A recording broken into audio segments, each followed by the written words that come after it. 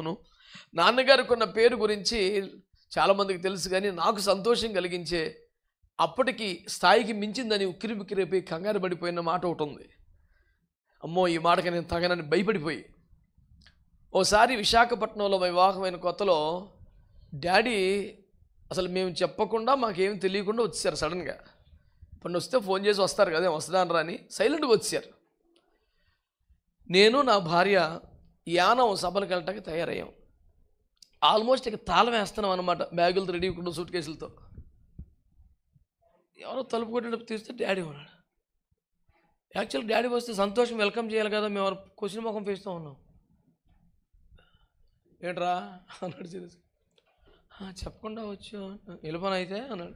ఇక ఆ స్పీడ్ అసలు మీకు తెలియదు, ఇంక చాలా బీభత్సంగా ఉంటుంది. అది కాదు డాడీ, ఇట్లా యానా మీటింగ్ చెప్పకుండా వచ్చాడంటే రావాలనిపించింది వచ్చాను, నేను చెప్పాలేంటి నువ్వురే. కాదు డాడీ మేము యానం సభలకు వెళ్తాము. వెళ్ళండి అయితే నేను వెళ్ళిపోతున్నాను.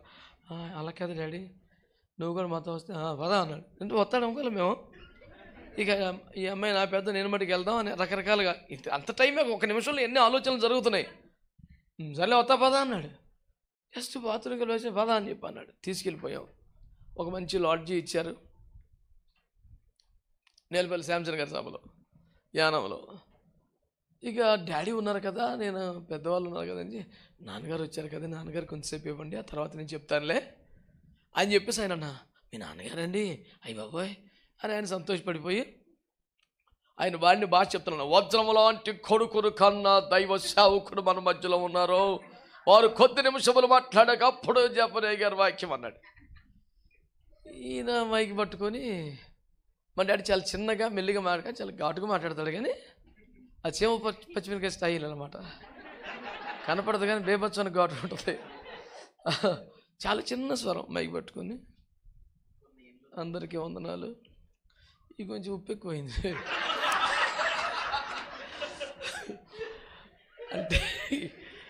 అంటే మైకి పట్టుకుని అందరికీ వందనాలు. జపనీ శాస్త్రి ఆడు చూసిన పోస్టర్లో కటౌట్లు ఉన్నాయి, కానీ మా ఊళ్ళో ఎవడికి తెలీదు. మైక్లో కొన్ని వేల మంది జనం ఉన్న సభలో అక్కడ ఎటు చూసినా నా కటౌట్లే, పోస్టర్లే, బ్యానర్లే, ఎటు చూసినా అయ్యే ఉంటే వేల కొద్ది జనం వచ్చి కూర్చొని ఉంటే ఆడు చూసిన జపనీ శాస్త్రి అని వీడు ఎవడికి తెలియదు. అక్కడ జోయిలి శాస్త్రి గారు అబ్బాయి అంటేనే తెలుసు.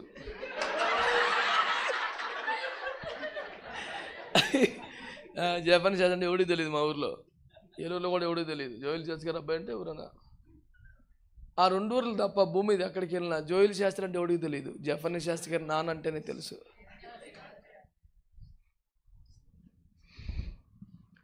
ఒక తండ్రికి ఎంతకన్నా ఏం కావాలి, చాలు దేవునికి స్తోత్రం అని కూర్చుని పడి ఏం చెప్పాలి వాక్యం. ఇక వెంటనే జపనీ శాస్త్రి వాక్యం నా వల్ల మాట్లాడడం. ఇంక వాళ్ళు రిక్వెస్ట్ చేసి ఒక పాట పాడండి బాబు, నేను మాట్లాడలేను ఇప్పుడంటే. అలాంటి ఒక అద్భుతమైన పెంపకంలో దేవుని సేవకు వచ్చాం. నా సాక్ష్యం యూట్యూబ్లో ఉంటుంది. కొన్ని వేల మంది క్షమించుడు అప్పుడు మీరు క్షమించబడదురు అనే సాక్ష్యం ద్వారా ప్రభావితులై నిజమైన మార్మసులోకి వచ్చిన సేవకులే 100 మంది ఉన్నారు.